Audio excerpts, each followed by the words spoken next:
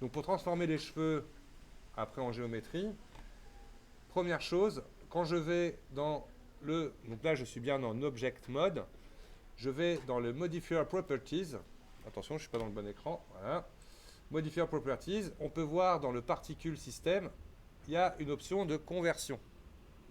Convert. Donc pour avoir accès à ça, je suis passé par le Modifier Properties, ma tête sélectionnée. Et dans le modificateur de particules, je fais Convert. On voit qu'il a automatiquement, regardé, généré un mesh qui est une copie de mon système de particules. Là, si je fais G, par exemple, on voit bien que... ouais. Si je fais G, normalement, ça devrait bouger. Pourquoi il ne veut pas bouger? Bon, il ne se passe rien du tout. À mon avis, il est verrouillé en... Non, même pas. Étonnant qu'il ne puisse pas bouger, mais c'est pas grave, regardez bien. Pour l'instant, c'est du maillage. Donc effectivement, si je vais en Edit Mode, on va retrouver les sommets, etc. Donc là, c'est encore là où vous allez pouvoir sculpter, étant donné que c'est des points.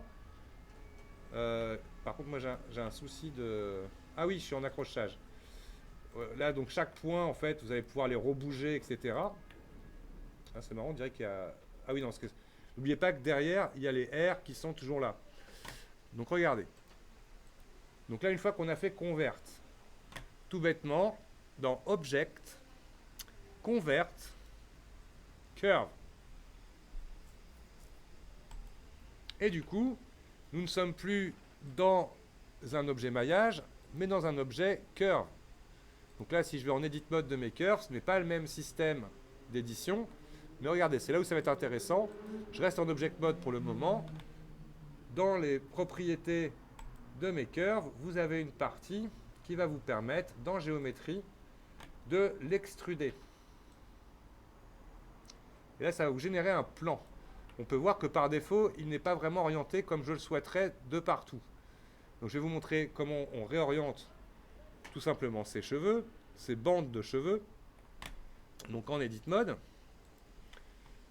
Là, je vais mettre par exemple, hop, je vais sélectionner avec Alt-Clic, non, c'est avec L, pardon, celui-ci. Et l'option qui va permettre de tourner mes sommets, c'est le Tilt. Donc on l'a normalement dans Control Point, Tilt, Control T. Control T va vous permettre, quand vous faites Control T, de tourner tout simplement la bande en question, de manière à la réorienter correctement. Donc là, c'est simple. Je prends un sommet, CTRL L, CTRL T, et là, je tilt. Le principe, c'est d'avoir les bandes qui suivent plus ou moins le crâne. Vous voyez que ça marche à peu près bien partout. Quand on voit qu'il y en a plusieurs, par exemple, que je pourrais faire en même temps, bah, tout simplement, vous allez prendre avec majuscule différents sommets de ces trucs-là. Là. On pourrait presque même faire ici un CTRL-clic droit, CTRL L, CTRL T. Et on tourne comme ça les bandes. Là, on voit que celui-ci, là, on peut complètement le tourner. CTRL T. Toc, on voit qu'effectivement, j'ai des trous, mais l'avantage, c'est que ça, je pourrais faire majuscule D, par exemple. Hop. Et le remettre là, pour en mettre plusieurs. Par exemple, ici, là, je vois que celui-là, je vais le tourner. Les deux, d'ailleurs, on peut le faire.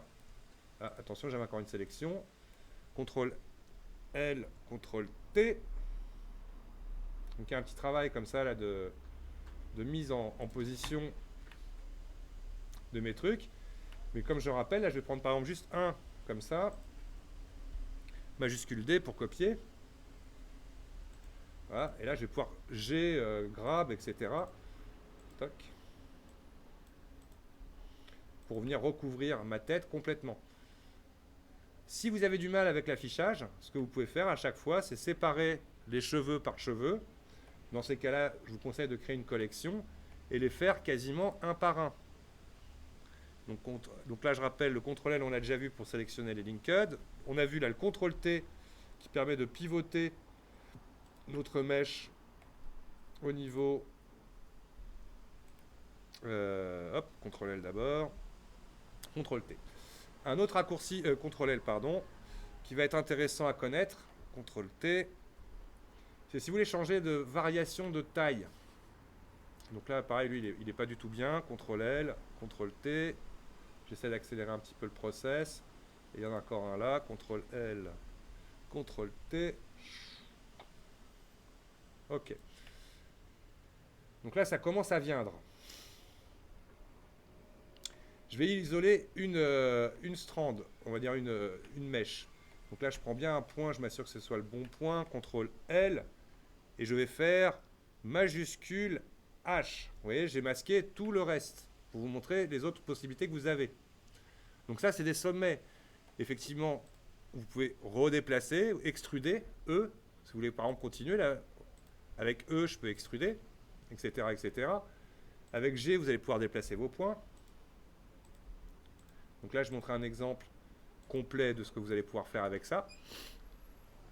Donc rappelez-vous, exactement comme pour les cheveux, hein, Alt H, il y a tout qui est affiché, etc., etc. Donc là, on va pouvoir comme ça optimiser les trucs. Donc là, je reste sur lui, L, majuscule H, masquer l'inverse, pour montrer d'autres options. Par exemple, si je veux faire une échelle, si je fais juste S, vous voyez, il n'y a rien qui se passe. Par contre, si je fais Alt S, là, vous allez jouer en fait sur la largeur, sur le rayon de votre sélection. Par exemple, là, si je prends tous ces points-là, Alt S, et vous allez pouvoir comme ça régler la largeur de vos bandes. Donc le principe va être de recouvrir la tête.